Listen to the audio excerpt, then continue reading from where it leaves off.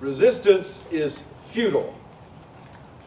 Resistance is futile, but that does not keep me from trying. You would think after 45 years of marriage that I would wise up and quit trying to resist Kay's initiatives in our life. Take, for instance, when she says something offhandedly like this. Honey, don't you think that sofa would look better on that wall? I resist that by complaining, by ranting, even by raving. But the sofa gets moved to that wall exactly where it belongs. Resistance is futile. And of course, there are more important examples of things that aren't as frivolous as the relocation of a piece of furniture. Take it when Kay says something like, honey, I think I would call them. Or, you don't have to say a thing, Pat. In those instances, I'm wise to listen to what she has to say. After all, resistance is futile, but it doesn't keep me over and over again from trying. On a much larger scale, Herod the Great should have known better than trying to resist the initiative of God. But he doesn't, and he sure tries to. I mean, the stage is set when Herod hears that there's a bevy of wise men from present-day Iran, from Persia, that are suddenly in his tiny kingdom of Israel. This disturbs him, so he summons them to the palace. And he asks them why they ended up in his little kingdom, and they said, well, we've come here to find the newborn king and to worship him. Well, at this, Herod is filled with fear. And to make things worse, this group of wise men tell Herod they know this is God's initiative because they have seen a new star in the heavens as an omen that this is really God at work. And so at this point, Herod, though terribly afraid and the fear fuels his anger, he puts on his best political face and issues some civility and says, well, just tell me when and where you find the child so that I may be able to worship him too. Well, they don't call the wise men for nothing. They hear from God again, and after they find the child and worship him and give him gifts, they go home by another way, eluding Herod and all his spies. Now, this does nothing other than increase the fear within Herod, and he becomes angrier and angrier. He is fuming inside. Now, we don't know exactly when he takes action, but sometime within a 2-year period, he decides that he is going to murder all the children in the prophesied town where the child was to be born, Bethlehem. He's going to murder every one of them, 2 and younger.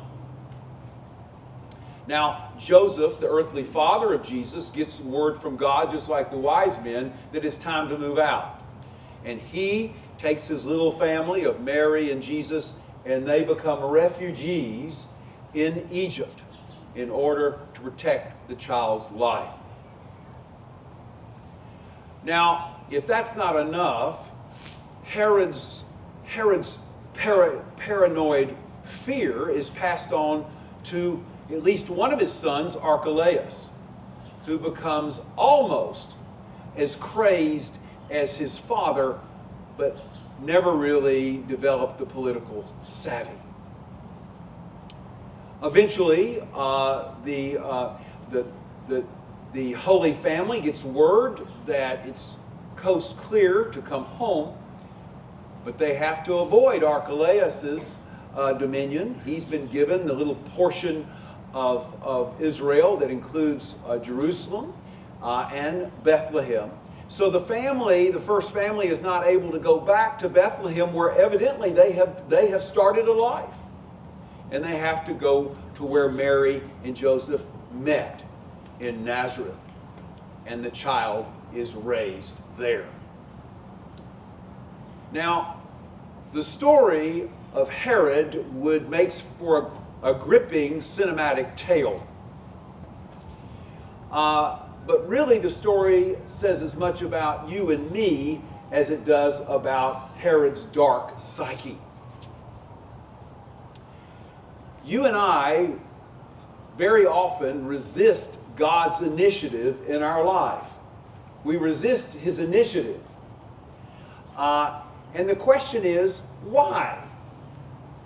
Now, the first thing that comes to mind is, what is God's initiative? What is God's initiative in yours and my life? His initiative is to love us completely and unconditionally. That's His initiative as revealed in Jesus Christ, is it not? To love us completely and unconditionally. Well, why in the world would we resist that? Well, because the only way to experience God's love in that way is to surrender.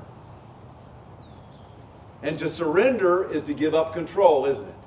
Yeah. How long have we been resisting this type of entrees by the Lord? Well, for most of our history. You know, if you look at the history of our species, Homo sapiens, we've been on the earth somewhere between 200,000 and 300,000 years. If you look at the chronicles of our history and the religions we've developed, we've almost always developed religions such that we have to take steps to appease God. We like that, actually, because we're in control. If I take these steps, then God will approve of me and He will love me. Okay? And if you read yesterday's meditation, as a matter of fact, in our little book we give out, it was the ancient Babylonians in about the year 1400 that came up with the idea of New Year's resolutions. They came up with that idea, 1400 BC, they came up with that idea so that you would make a resolution at the beginning of the new year to appease the gods so they would have favor on you and love you. How interesting that we're still caught up in that. That we think there are steps we have to take in order to make ourselves acceptable to God. Not only do we think that, we like that. Because we're in control and we're afraid of what might happen if we're not in control. Right? Right. Now, in order to understand this better, I read some of the work of that inscrutable Danish Christian philosopher Søren Kierkegaard. Kierkegaard was, a 19th century oddball, but he thought very deeply about why we resist God's grace in our life. Why is the idea of grace so alien to human beings? That was very big for Kierkegaard. And he says there's three aspects of our fear that keep us from accepting God's initiative of love in our life. He said, first of all, fear occurs when the human spirit is afraid of itself. Fear occurs when the human spirit is afraid of itself. Number two, fear is often a substitute for guilt. And three, fear and guilt always inhibit love. Okay, you got that? Those are the three. Now, in the first case, fear occurs when the human spirit is at war with itself. Now, most of us imagine that we're afraid of things outside of ourselves. But take Herod, for instance. You think Herod was afraid of a little baby that he never met, but he really wasn't. He was afraid of who he would be if he was not in power. That's where the fear was. It was inside him, right? He had been on the throne for 35 years. Who would I be if I'm not in power? And so the same is true for you and me. We often objectify things outside of ourselves, but really the fear is in here, and it locks us up. And so we begin to wonder, well, who will I be if I'm not the king of my little fiefdom, my little self? And that keeps us from letting God, allowing God to shower His love on us that is completely unconditional. The second, Kierkegaard said, fear is often a substitute for guilt. Now, I don't know really if Herod felt much guilt or not. If you read the history of Herod the Great, it is pretty sordid. You could get out two legal pads and just list the people he murdered during his reign, to include his wife and 3 of his sons, a brother-in-law and an uncle. He had no mercy. He was going to stay in power. Whether he ever felt badly about that, I don't know. But so there you go. But for us, it's a little more subtle and a little deeper. All of us have had those things occur in our lives that have hurt us deeply. Perhaps you were abused as a child. Perhaps you were abused as an adult.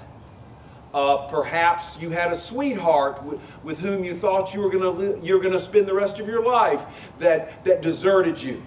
Maybe you've been fired from a job.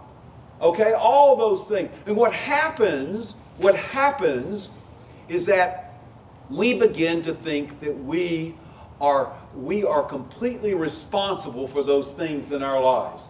Very rarely is that the case. Very rarely. We take those things around. And what happens in the midst of that is we begin to build walls around ourselves saying, that's never going to happen to me again. And we're happier with the walls, we think, than the inbreaking of God's unconditional love in our lives. We begin to exist like that, don't we? Fear can be a substitute for guilt. And guilt always incarcerates. Always. Finally, fear and guilt will always inhibit love. Fear and guilt will always inhibit love. We begin to build for ourselves a nice little box in which we can exist. It may be a miserable box, but we are satisfied with that and terribly afraid of what will happen if God's love overwhelms us. Oh my goodness, what will happen if God's love overwhelms me? Who will I be? And so there we stay in that homeostatic place that really is a prison. It's a prison. Now, what does God do in order to overcome our fears? Well, He becomes a human being. That's what happens. The gift of the incarnation, that means that God becomes a human being in Jesus Christ. God, the fullness of God, it enters our existence through Jesus Christ. And one of the great Christian psychologists right now, David Benner, says he is able then to reach across the chasm of our fears, across the chasm of our guilt, and reach us with His love. And it takes that. It takes that. We can be so entrenched in that place where guilt and fear has had its way with us. He reaches across to us. That is the gift of the incarnation. Now, it's also important for us to just take a little bit of a look at the fact that Jesus goes to Egypt. In Hosea 11, it says, "Out of Egypt I've called my son." What an interesting portrait for us to take hold of, especially as Episcopalians. So Jesus ends up as a refugee with Joseph and Mary, his parents, in Egypt. Probably could have been there for up to 2 years or so. Joseph probably had to take up a trade there and try to make a life. So they're there, but they're called out of there, back to the land of promise. Of course, 1,400 years before, God intervened and called Israel out of bondage, right? That same place. God knows what He's doing with this choreography. He's setting it up all again for us. Now, if you think about it, think about this just for a moment in terms of what I've been talking to you about. Israel is incarcerated in Egypt for 16 generations, 400 years, 1,600. People had forgotten what it was like to be free. People had lost all notion of the land of Israel. People had lost all hope. They were completely stuck, just like you and me when we're stuck in fear and guilt. Can you see that? But God calls Israel out. Miraculously, they come out. They cross over the chasm of the Red Sea to freedom. Just like we're being called out of the prison of our guilt and our fear to receive God's initiative in our life. Let me leave you with this last little important note. The fact that God loves us unconditionally will not change our lives. The fact that God loves us unconditionally will not change our lives. But the fact that we allow Him,